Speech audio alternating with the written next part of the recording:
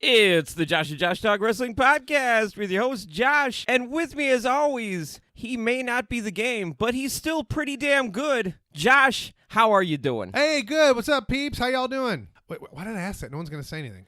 Anyway, hey, what's up? What's up? Cool. Yeah, man, we got a good week here. By the way, hey, before we get started, I called it freelance wrestling 2 weeks ago. Ethan Page went over Kylie Ray. Woo. Yeah, did it. Ethan Page is the new freelance champion, and he had a big night at Impact's was it Rebellion pay-per-view? Him and Moose. I think they're known as the North. I'm not a huge Impact guy, but he had a good week, so I called it. The predictor strikes again. Once again. All right, cool. So hey, what do we got in the hot box today? Let's go to the hot box. So we got a message asking what is wrestling and the WWE as a whole going to look like in 20 years. So we're here to, again, predict something. Predicting wrestling and WWE 20 years from now. Yeah, wow. I got to say, well, with WWE will always be a flag bearer. That wall is so high. Mm-hmm. They have such the infrastructure. They're like Google. They got their tentacles in everything. And so they're always going to be a flag bearer. So I see WWE being around. But, the thing is, things will ultimately change once Stephanie and Triple H take over, which will be in the next 20 years. Yeah, I'm sure of it. Yeah. I think that we'll see more of an ear to the fans. I do think that Vince runs creative, and he's going to run, as Triple H mentioned in a recent interview, he's going to be running it forever, basically. Right. And to a certain extent, I agree with that, but I think there's some hills that he has laid upon. I think that, he having the final, and he does have the final word in creative still.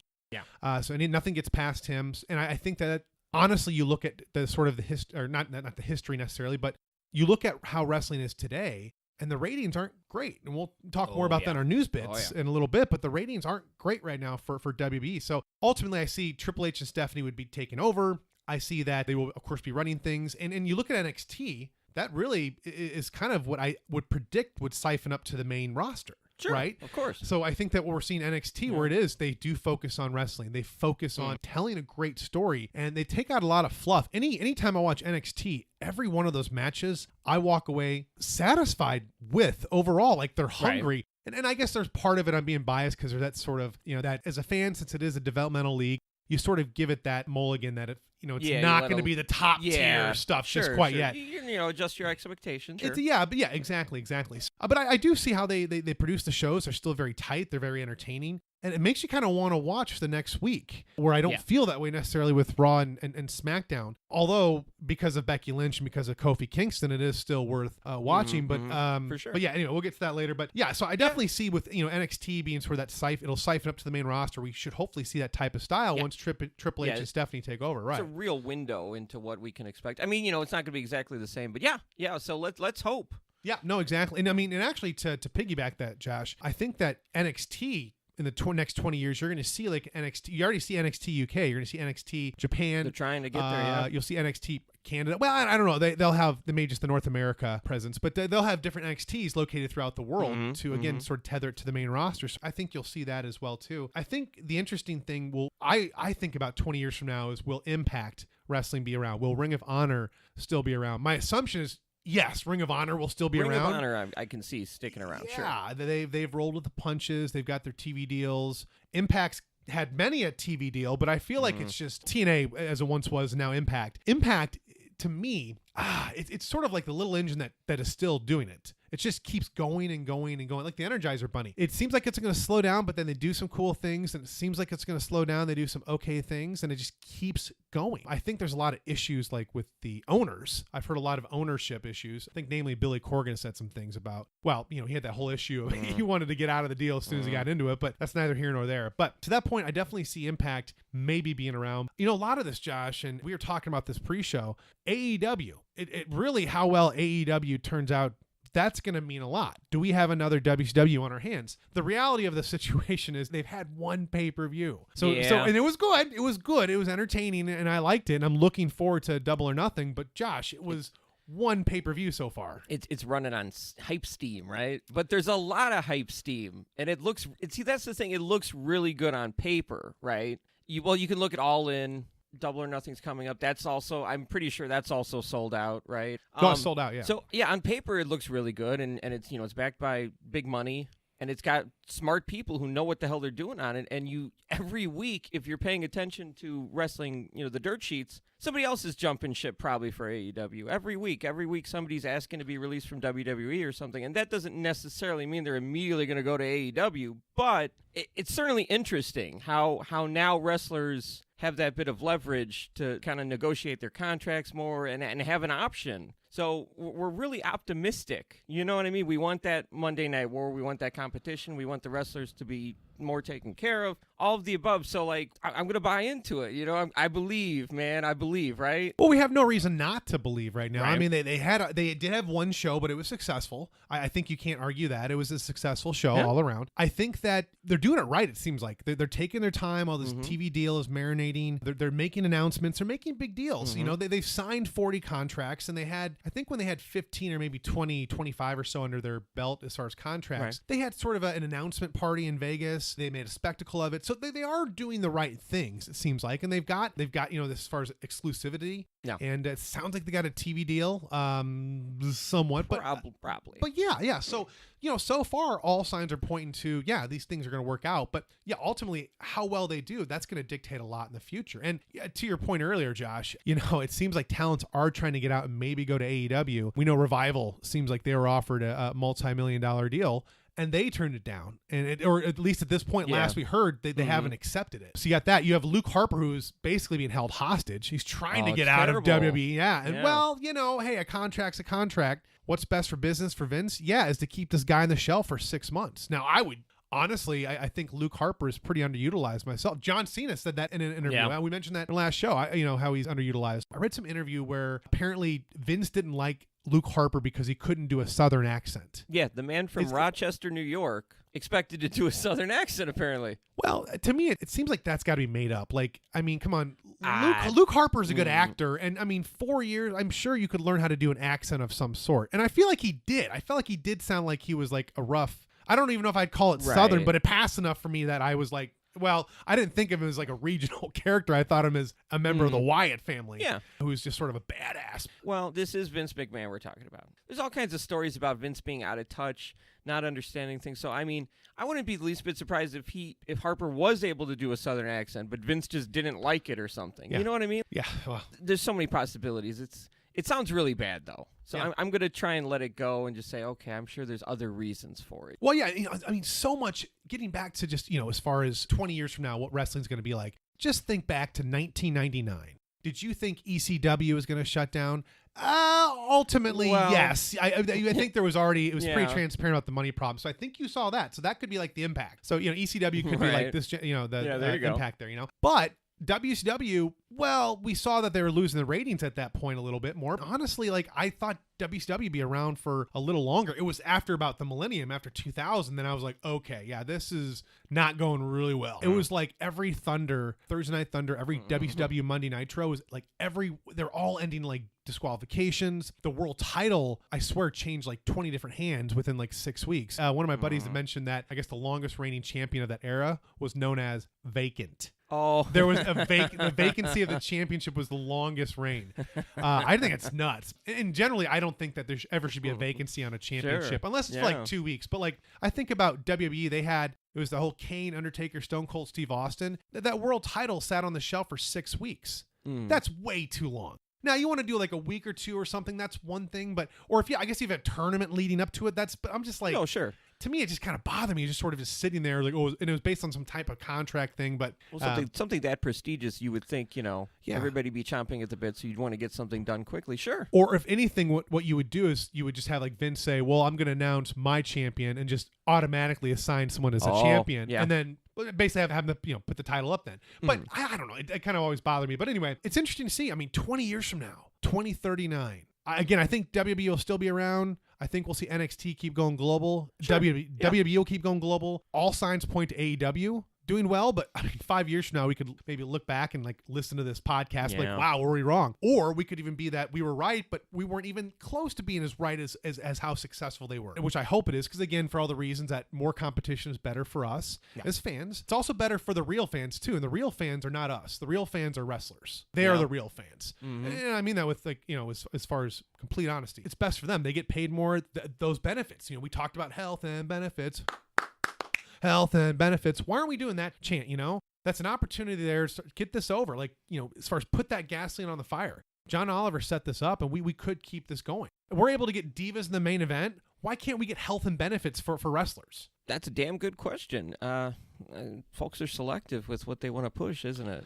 I think that's something we should see in the future. And I think that hopefully in 20 years from now, we will see that. That'll become what we see now, these temporary contractors where they're basically forced to find their own insurance and so on and so forth. And everyone knows the whole rap sheet here on that, so I'm not going to go down that laundry list. But yeah, at the end of the day, I hope to see that in the next 20 years as far as benefits and all that. Yeah. If AEW can kind of set that precedent, you know what I mean? Imagine. Well, that's actually, Josh, that's a really good point because AEW, they have said they want to be wrestler friendly. So there's a possibility of them having an off season, which I've always thought that's a great idea. Tough thing is, I understand from business standpoint, you have to keep pushing your product, and having an off season is tough because then it's like, well, people, the assumption is they wouldn't get paid during that time, or at least as part of their contract where it's like, yeah, I mean, you would have made like $250,000 with WWE, but you're also getting 3 months off, so we take a chunk, which in a way would kind of make sense, but if benefits are provided, it sort of outweighs it, Again, I don't know how their contracts are done, but I'm sure it's similar to WWE. If you draw more, you get paid more. Yeah, merit-based. But yeah, we'll see. I mean, they want to be wrestling friendly, so that could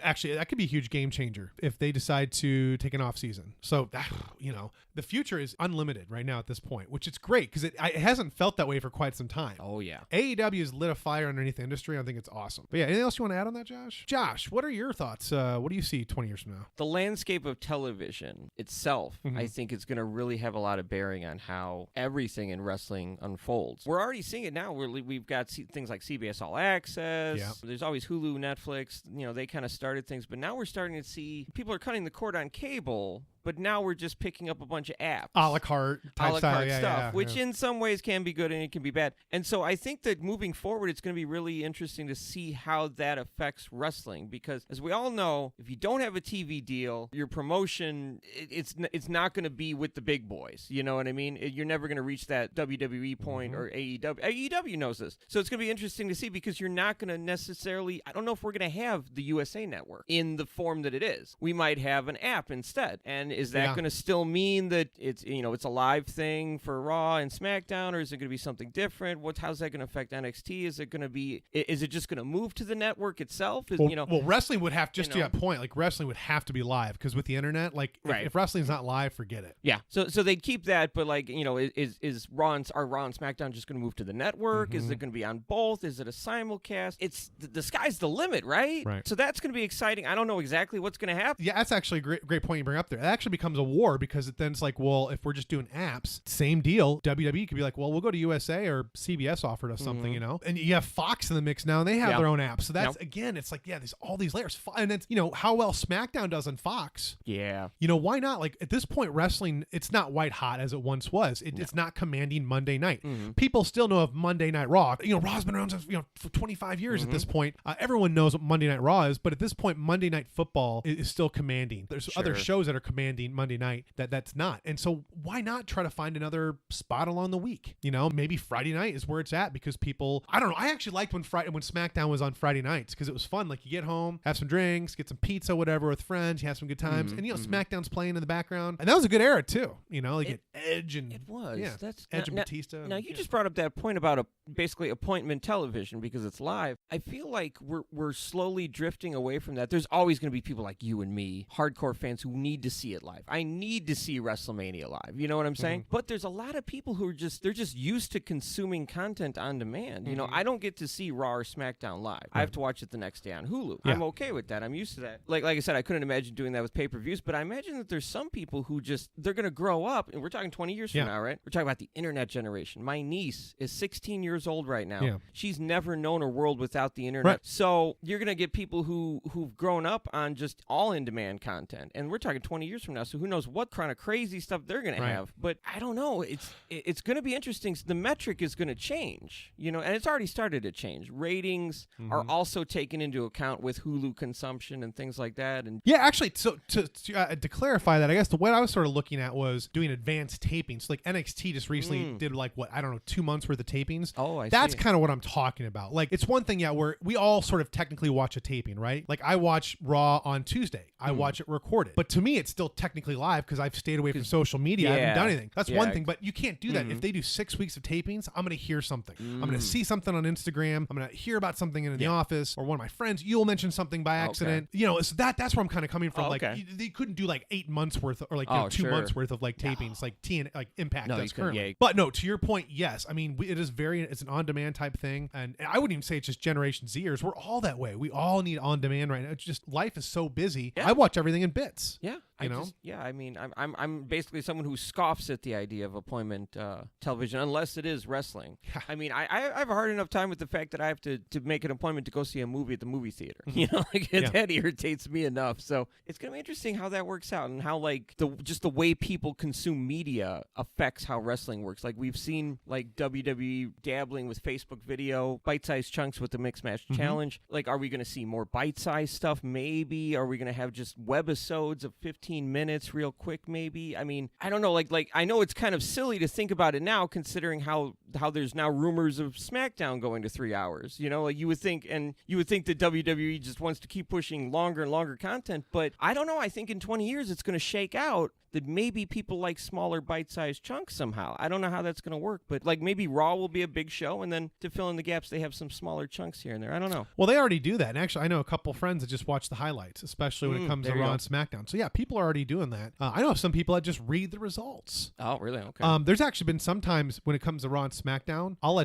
just listen to it in the background. Yeah, I can understand that. Because it's like, there's just, I don't know. I don't want to get into it, but there's a lot of things that, you know, I think could be better with Raw and SmackDown right now. But anyway, getting back to our topic, 20 years from now, technology-wise, I wonder about VR. Virtual reality. Yeah, what do you think? So because you had brought it up earlier, right? Yeah, you had the VR of you had the WrestleMania 35 VR stuff, right? If you have an Oculus VR headset, you can actually check out some select WWE VR content. And what we were looking at was WrestleMania 35 edited versions of a few matches. The one we checked out was Batista versus Triple H. And it's really, really cool. It treads the line between watching it live and watching it on TV. It's like almost right in the middle there. Cameras, 3D cameras, mind you, on the turnbuckle, on the entrance ramp. So you're getting different perspectives throughout the match. And again, like I said, it's an edited match, so it's just the most exciting parts. That's a really interesting way to consume it. And I was telling Josh, I said I would actually pay extra money every month with the WWE Network. You will. And I probably will. If they do it and it's as good as what I saw, I would gladly pay more to, like, say, for example, watch all of WrestleMania in VR. If they did that, I'd pay $20 a month. Yeah,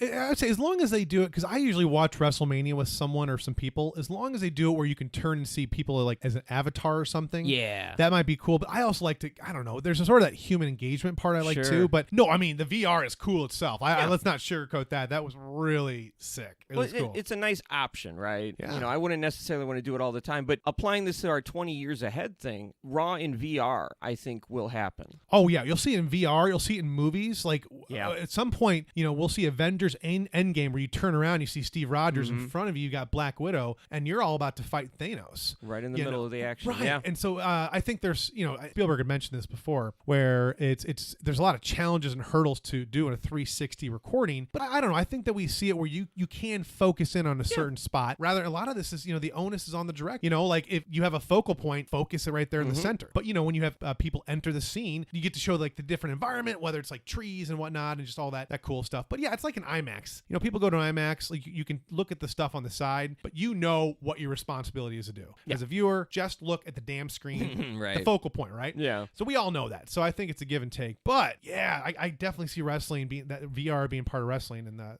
next 20 years. I mean, it already is, but I mean, talking like regularly, you can watch like 205. That would be a lot of fun, right? 205 and that'd be cool. Well, I almost think to your point about the mini webisodes, those little micro chunks of wrestling and whatnot. I don't know. I think that in the future we're going to continue to see small guys become those main eventers because our attention span is so short that you do need a constant spot fest. Yeah, you can't, like, when you think back to like the 80s and before with wrestling, it was a slower pace, and even a little bit in the 90s, it was much slower pace, but it was a build up to it. They were telling a story. Not to say they're not doing that now, but it's just people want faster. Yeah. And I think that's going to be part of, I mean, there's always going to be room for the big super heavyweights. People love to see that, the King Kong versus Godzilla. Love to see a battle royal where the two big guys lock eyes and everyone's like, let's get it going. So everyone's always going to love that. Sure. Big guys will always have their spot in wrestling, but I just think that's the way we'll see, especially. Oh, yeah. I mean, we're seeing that in the indie scene now. Yep. What was that 6-star match? The first ever 6-star match was Ricochet and Ospreay. But yeah, that was that was a spot fest. That was a spot fest. Yeah. So there you go. I think in that coupled with VR, wow, that'd be awesome. It's going to be good. It's going to be good. It's getting there. Yeah. Who knows what the future holds for the world of wrestling? Find out 20 years from now. Oh, man. I wish you had a crystal ball, Josh. That was a great question. Again, the Hotbox, Josh and Josh, Talk Wrestling at gmail.com. Keep those questions coming. That was a great topic. That was a really... Thanks for sending in, folks. Yeah. But no, Josh, I wish I had a crystal ball to see that in the future. That'd be awesome. Imagine. What's going on in the news today? Daniel Bryan is cleared to return to in-ring action from whatever injury he had. See, that's the thing. Yeah. We don't know what the injury was. And, of course... you and me, we're watching any kind of match. You got Kofi Kingston stomping on Daniel Bryan's head, and you're kind of cringing just a little bit. Because you're worried about the guy. Like, should we be concerned that they haven't disclosed what the injury was? I don't know. I mean, given his past injuries, where it was basically life and career threatening, maybe a little bit. But I think he might have just been taking time off. I know that they were building a home. I honestly think it was just injury-wise, it might have just been like a personal couple weeks. And he hasn't been gone that long. It's only been a couple weeks. Like, it was like 3 weeks ago. So, but I think he's set to do a triple threat with him, KO, and Kofi Kingston on the European tour. I assume will probably make its way to Money in the Bank as well too. But we'll see. But yeah, no, I mean, it is interesting. Cause for concern. I'm honestly thinking it was just personal time off. He was also the champion for 6 months, so maybe he's a little banged up and needed some time off. Could be. Let's hope. Yeah. I mean, well, yeah, definitely. But yeah, you're right. It's actually a really interesting question because given his past injuries, it is something to be of concerned of. It's not just like, a bump or a bruise. This is some really serious stuff. Well, yeah, like you said, when we think of Daniel Bryan, we're always a little weary. Yeah. Well, and it's interesting because when he came back as, the Planet Champion, as the new Daniel Bryan, I actually forgot about his injuries because I thought he's a whole different wrestler. I mean, I knew it was the same guy, but just his demeanor was different, and he's doing such a great job. Yeah. And here's actually something I joked about maybe initially at first, but it's something that's come to heart. I've actually lost a significant amount of weight since Daniel Bryan became champion because he plays the heel so well, and I'm believing his promos. And the thing is, I'm a very big guy to begin with. I'm well over 300 pounds, but just listening to his promos, he's the best kind of heel because there's a certain bit of logic to him. It's like Negan from Walking Dead. Yeah. You really don't like him, but there's a certain bit of logic. It's like, okay, I definitely see it in this type of scenario, in this post-apocalyptic. You have to kind of. Okay. He makes a good point. Right. Well, same with Daniel Bryan, where he's actually using facts. I would actually say Daniel Bryan is even more treacherous than someone like Negan because it's actually real stuff. Like, exactly. What he's talking about as far as watching what you eat and just being consumers and so on and so forth and just all that stuff. So it's interesting. Like, I've almost drank the new Daniel Bryan, the Planet Kool-Aid, so to speak. But it's something that it has actually encouraged me more to go to the gym because when I would sit there and listen or watch wrestling, I would suddenly be like, oh, I should have gone to the gym. And he's absolutely right. And he's the worst kind of heel, but that makes him the best kind of heel. Absolutely. Well, that's great to hear, though. Would you call that like the Mark diet or something, or a Mark motivational plan? The marking out. I would call it the Planet diet. There you go. Hey, whatever works, right? Yeah. Or I should just call it the new diet, right? Right. The new diet, Brian. Anyway, yeah. What else we got going on this past week? Or recently. So, okay, this might be nothing. This might be no big deal. You know how the internet, anytime the words CM Punk come up together, everybody pounces, the dirt sheets pounce, everybody's a forum, everybody's an armchair booker. So, of course, we all know CM Punk made an appearance at an independent wrestling show. Do we know that, though? That was... Do we know that? 99.9% confirmed. I think we could properly say that the wrestling media are in agreement that it was CM Punk based on the evidence that they do have and the desire to believe. But that's what I'm talking. Yeah. Hold on, that's one thing I'm talking about is those photos. The whole thing could have been set up. This whole thing could have been the Milwaukee screw job, right? It basically CM Punk could have taken a picture like that whenever and sent it over and said, "Hey, release this." And it just took 3 people, maybe 2 people, to make this thing happen. But I don't know. I actually don't think it was CM Punk. I think he's just, I think he's part of the hoax or something. But that's what he does. He trolls people. He stays relevant. Yeah. He's not as good as Kevin Nash. Kevin Nash is better. Kevin Nash, here we are 20, 25 years later. People still think there's going to be an NWO reunion on every Monday Night Raw. Kevin Nash said it, and he gets everyone going. Everyone's like, NWO, yeah, for life. And I'm like, dude, Kevin Nash is a genius. That's what he's able to do. But I think CM Punk is just trolling.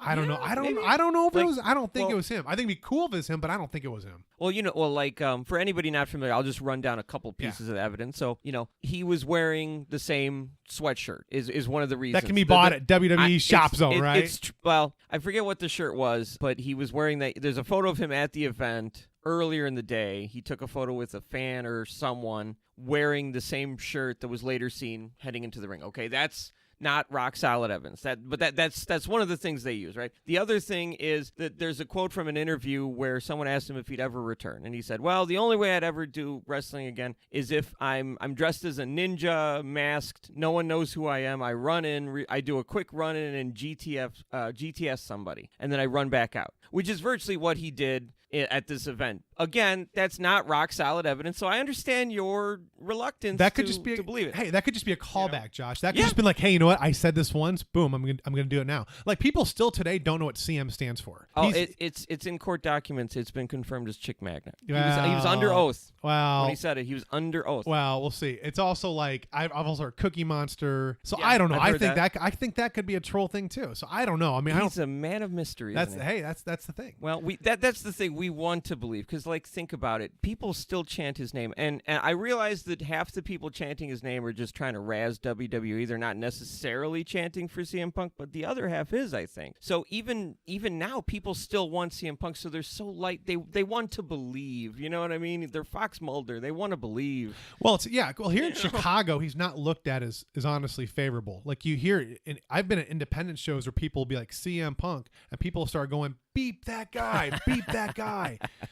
So that's the thing. It's I don't know. I can't say that I was part of those chants necessarily, but I feel like there's a little bit of all this that would mark out a little bit if he showed up on Monday Night Raw or something. Can you imagine Cult of Personality just hits all? It will, and it's like I said at the last podcast. Everyone comes back. Bret Hart came back. Stone Cold Steve Austin came back. Brock Lesnar's going to come back. We'll get to that in a little bit. More money. Hey, see, that's the thing. They all come back. I was thinking about this the other day. Yeah, like, there's got to be somebody who never came back, right? If we dug up enough, we'd find somebody notable who didn't. Because I almost feel like CM Punk, if everybody else has come back, he would be the first that didn't come back. I feel like that man is such a dick, so rigid and stubborn as a mule based on everything I know about the guy. Obviously, I don't know Phil Brooks personally, but based on everything we've seen and know, he seems like he might be the one guy who just never does it. Like, if he gets wrapped up in MMA, and he's happy with getting his ass kicked every few months, or being I think he's also a commentator too. If he just gets wrapped up in that, I could see him maybe just abandoning wrestling just because he's doing something else. I get what you're saying. You're saying everybody always comes back. Bruno Sammartino came back. Yeah, exactly. That's a huge point right there. Yeah. What if CM Punk is the one guy who goes to his deathbed having his middle finger firmly stretched up towards the WWE logo in Connecticut, and that's the end of that. I wonder if he might be the one. If there's anybody who's going to do it, I think it would be CM Punk. That's my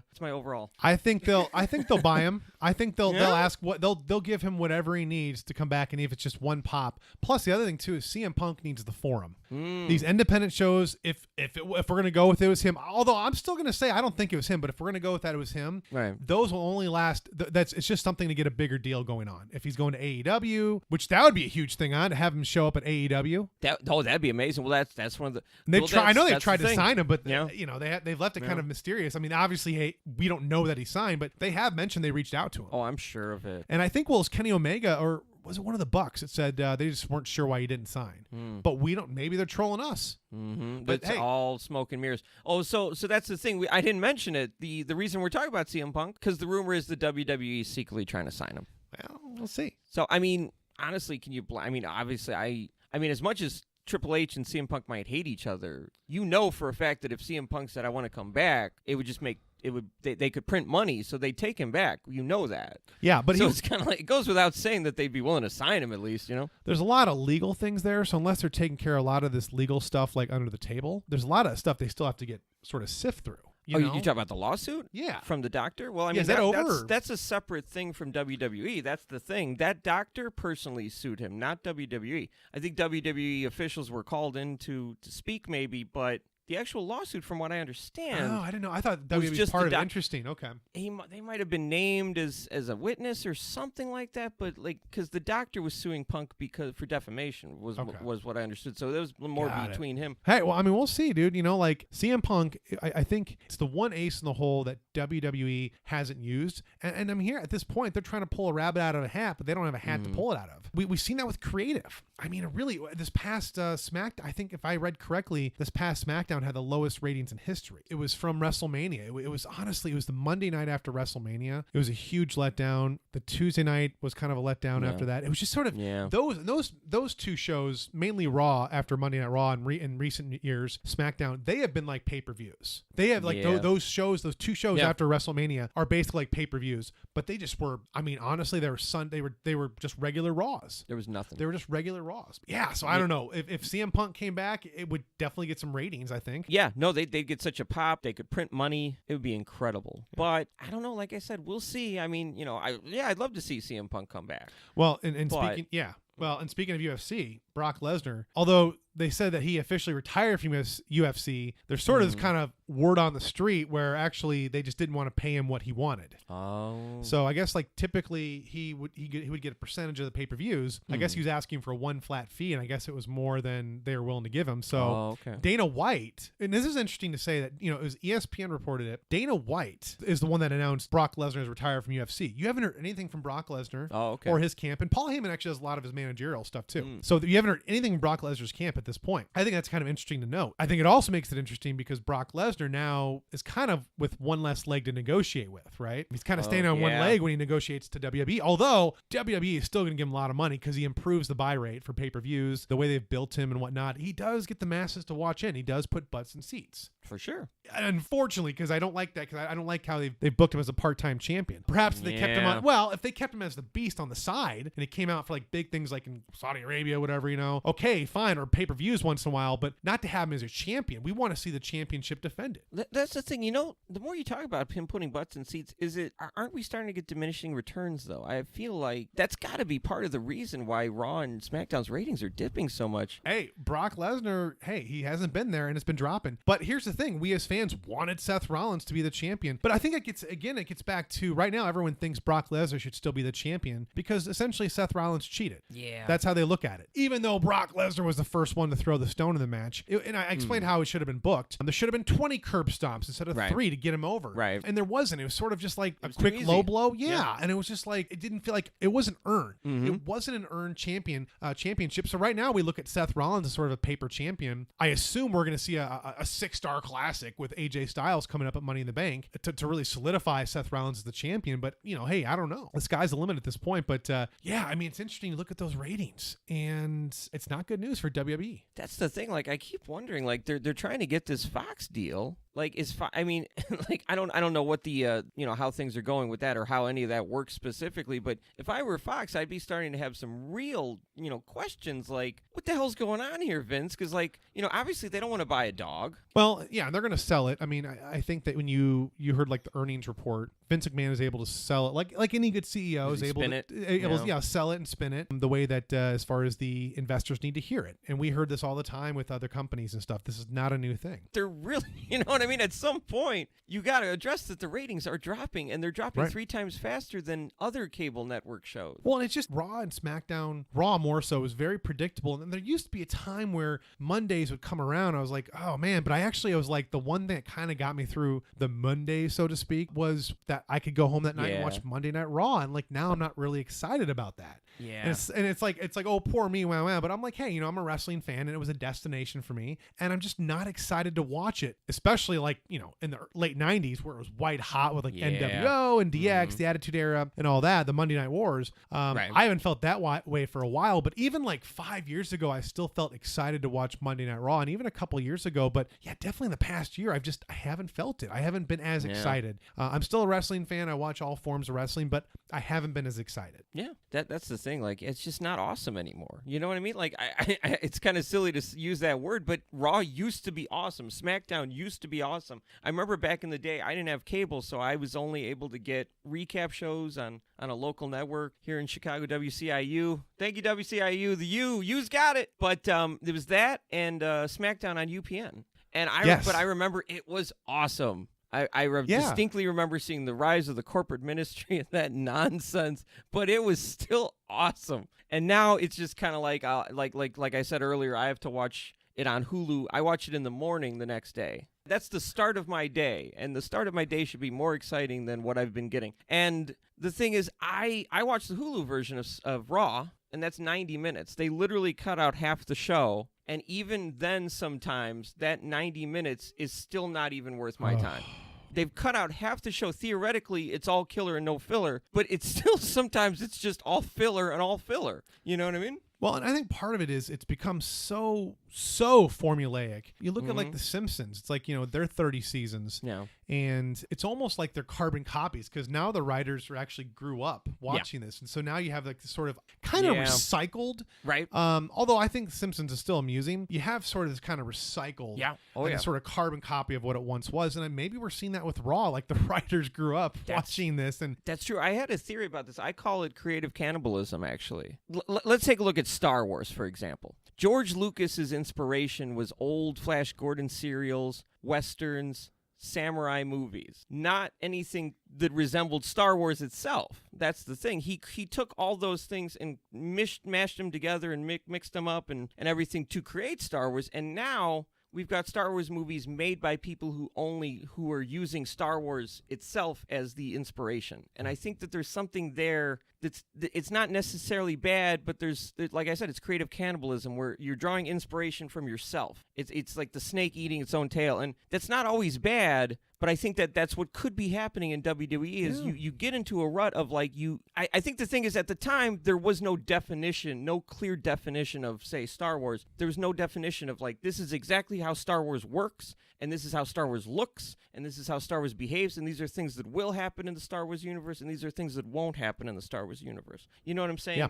There were a couple TV movies that were absolutely horrible. Was there like a Chewbacca Christmas one or something? The holiday special, it's reviled, and that was made, but it's funny, Wookiee but Christmas, it's so bad, but the thing is, they hadn't quite defined what Star Wars was. What was the tone exactly for Star Wars and things? So you get things like the Christmas special, and those are bumps on the road. But now we know exactly what Star Wars is. We know what it is and what it isn't, and that can be kind of a problem in a way because like you said. You get into this formula of this is how, matches work and this is how matches are started. And, if someone comes down to commentary and he's feuding with the guy, he's going to end up interfering or fighting with the guy at the end of the match. It's this formula, and you see the setup and you know exactly what the payoff's going to be. And, of course, the wrestling action itself is amazing, so we kind of put up with it. But everything else around it, sometimes the booking is so thin and predictable. It's just we've already seen this 100 times, Well, and you can see the horizon. It used to be like you didn't know where DX was going to go with all this. But like you look at the NWO, it just sort of fizzled out over time. Yeah, it was kind of a good ride and whatnot. Yeah, so it's one of those things where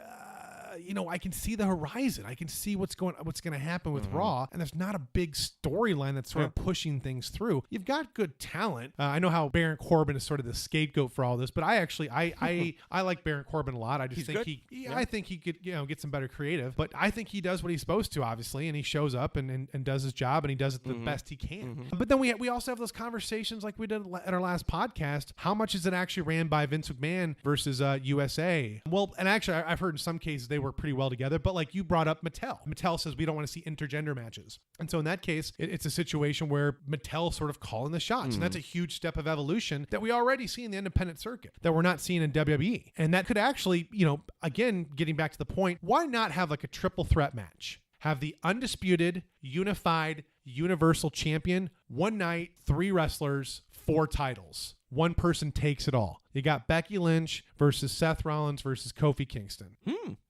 And why not like that? But again, it's that would be really cool. I think that would actually increase ratings. That's a great idea, especially if we're talking specifically about Becky. Actually, scratch that. That's a great idea because it's kind of like I'm starting to see like where do you go from here with Becky 2 belts? You know what I mean? Like, she's kind of at the top of the mountain. You've got both belts.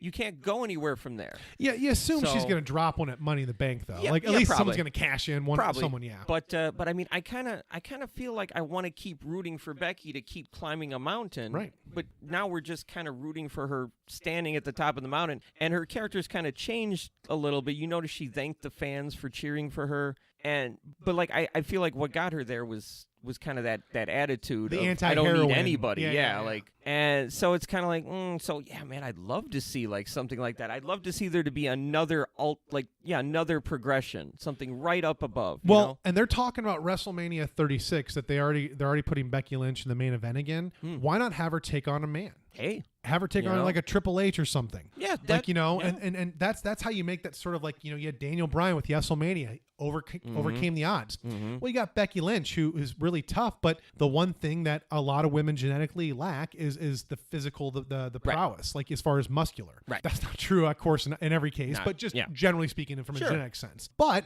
like I mentioned before, women don't need to be stronger than men to beat them. Women can outsmart them. Women can be faster. And there's so many ways you can win a match. Submission, you don't need to be big. You can out of nowhere throw the disarmor on someone. So I think that could actually really break some walls down. Have Becky Lynch versus maybe John Cena, Triple H, or something at WrestleMania 36. Yeah, no, I agree completely. Like you said, Becky Lynch versus Triple H, and I didn't blink at all because knowing how this works, I know that Becky could totally sell it.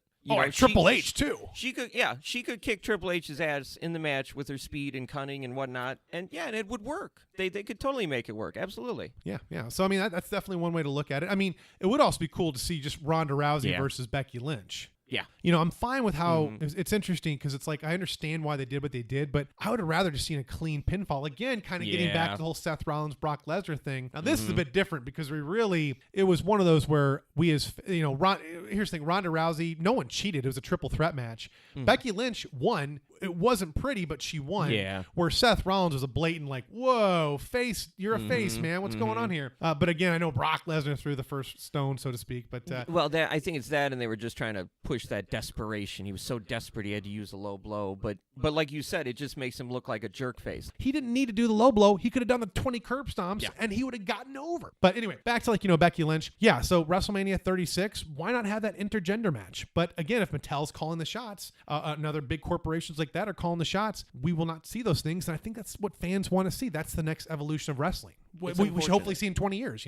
Hopefully we get there. I mean, let's make some progress here, the independent scene's like running rings around WWE in that respect. Yeah, well, speaking of too, and we should have brought this up earlier, in terms of the independent circuit in 20 years, I think it's going to always be evolving. It's always going to be there. There's young wrestlers have to get their start somewhere. Sure. So I think you're always going to have the independent circuit. I don't know that you'll see like VR and whatnot because it's always going to be a little bit more low budget. Right. But I think the wrestling will always still be there because that is the stomping ground, so to speak. Sure. That's where you get your start. So, but yeah, I mean, you're right. The independent circuit is like perfect example. They already do those intergender matches, and it's great. And you go to AEW, or I guess probably Shikara, Freelance. Those are probably better arguments. But you see great matches too. And to me, you've seen them have like women hold the world titles. It makes sense because they just out wrestle someone. So it's one of those things that it can actually work. It can actually work. Well, I mean, Ethan Page, actually speaking of, so when he won the world title for Freelance just a couple weeks ago, he called out a fan. And I mentioned this before. He's very Larry Zbyszko-esque in that sense. He calls out certain people that say something during a match. But he called someone out and said, listen, it's not misogynistic when you got two professional workers in the ring putting on a great match. And it's hard. That's exactly how you have to set that tone because that's something I wish Mattel would understand. Yeah, I mean, well, in theory, if this is actually what's happened. Part of it too is like when they had Saturday Morning Slam. It was a 30-minute show. It was on like Saturday mornings, obviously. They had a rule, there's no open fists. So I think it can work. And like you see some of these matches on the independent circuit, for example, and they make it work. Like especially Shikara, you don't see as many open fists. It's a lot of more high flying moves, more technical style wrestling, and that can ground someone as well too. All it takes is one big person to get on the top rope. They jump. Nobody home, and then the small, whatever cruiserweight rolls over and gets them in a type of submission move. It can be that quickly. Yeah. So you can be smart about it in your wrestling match. You don't necessarily have to have open fists, which I think is what Mattel's worried about. And I think it also makes it more fantastical. People understand that it's more of a work. When they see these spot fests, they see someone do a hurricanrana. It's like, well, you wouldn't see someone do that in an actual street fight. Oh, certainly not. Yeah. And especially Shikara, they make it work where it's like they're actual like comic book characters essentially, which as it is with most luchador style wrestling, where they're larger than life, they're actually like demigods in some cases, and so on and so forth. But and superheroes, and so on and so forth. What else is going on in the news? Dean Ambrose, he's gone, but John Moxley's back. Or is he? Is it WWE bringing him back as John Moxley? Oh, see, that's a good question. I hadn't thought about that, but I was thinking about this before that I feel like it's unusual for WWE to talk about a wrestler getting ready to leave the company, which is what they did with Dean Ambrose for the few weeks. I know that they were selling that this was the last time the Shield would be together, so I get that maybe that's why they did it, but it still just seems unusual for them to do that at all. So maybe they're going to rebrand him as John Moxley. Maybe that was the deal that they struck because he was so unhappy and money wasn't doing it. He wanted creativity, so maybe that's a good point. I hadn't even thought about that. So hey, that could be a possibility. It also could just be him getting ready for independent circuits. We'll see, and we'll see here. I mean, June I think is when he's going to start wrestling. So we'll find out if he comes out on Monday Night Raw or on a local show near you. So that'd be an amazing work if they can pull it off. If that's what they're doing. Yeah, you never know. And it's I forgot who mentioned this. I think maybe it was actually I think it was Bully Ray on his podcast had mentioned that WWE could do that. It'd be a stretch, but they could do that in the sense that they just totally trash a character they've been building for the better part of a decade and rebuild a whole new one. Now, it does kind of work with Dean Ambrose because really all you're doing is you're just amping up his heelness. That's all they're really doing. So yeah, they very well could just be switching over to John Moxley, which I remember seeing him in Dragon Gate for the first time and just seeing him as a heel. I was like, wow, this guy's awesome. Like he is just such a badass. He was like a true heel. Like most heels have like a little bit of heart, but they do it for the money type situation. Right. No, John Moxley, pure evil when I saw him. He's so manipulative, and it was just great to see him. And I was like, wow, this is a really cool guy. But I could also see it too. But to Bully Ray's point, I don't know. It would be a stretch. I just almost don't want to give WWE that much credit right now. That's the only thing, you know what I mean? That just sounds too good. Well, but here's the thing. He did leave on a high note. He did. I mean, technically, he didn't get a match at WrestleMania. Well, he didn't get a match at WrestleMania, if that matter. But yeah, I mean, he did get a final send-off, which is a lot more than most people. But again, they probably saw the money in that situation to hype that up with the Shield. Yeah, the final Shield, the final chapter. Right. Oh, but hey, the first time I saw John Moxley, some independent match. It was a drunk match, they called it. They each had to take drinks at special intervals during the match. And I remember at one point, I think John Moxley, he steals the bottle of Jack Daniels, and he goes into the stands with a microphone, and he starts singing Sweet Caroline. It was the most amazing thing I've ever seen. So in some ways, I almost kind of want to maybe see John Moxley back on the independent circuit again. You know what I mean? Yeah, hey, But he's also, the thing, too, is his wife is still with WWE. So that's a huge anchor. Yeah, it's awkward, I'm sure. Well, I'm talking like business anchor. Obviously, like they seem like they're doing great as a married couple. But like that's a huge anchor in this industry when you're not working with WWE and your wife is. Right.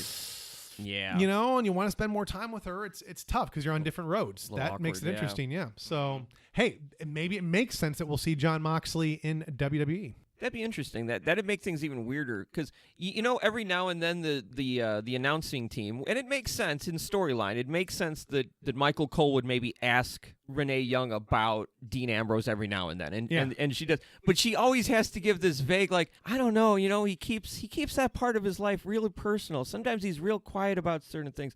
I don't know. I just, it's just, and it makes sense that they're going to ask him, but it doesn't really go anywhere. I feel it makes things more awkward and more silly than it needs to be. Like when Dean Ambrose pulls some really bad stunt, and this is her husband out there coming out with the Bane coat and like rows of people in gas masks. And Michael Cole's like, what the hell is this? And she's like, I don't know. He just keeps that part of his life secret. It's like, are you just imagining him at the barbecue, like on the weekend? They're hanging out and there's men with gas masks protecting him from all the disease. You know what I mean? It's a little goofy, just a little too goofy in a way, Yeah, and they shouldn't ask because it's setting her up to do the creative part. Like, that's a huge question. Like, why is he doing that? Like, wow, that's a lot for a commentator to push a storyline like that. I'm sure they plan, they tell her what they want to say. Exactly. But my point is, to your point though, is they shouldn't ask in the first place because it leads to nowhere. So I think it was like once in a while, like when he suddenly turned his back on Rollins, that would have made sense. Like, Renee, do you have anything to say to that? And I she think like, they hey, asked her, right? honestly, that's a part of my life I don't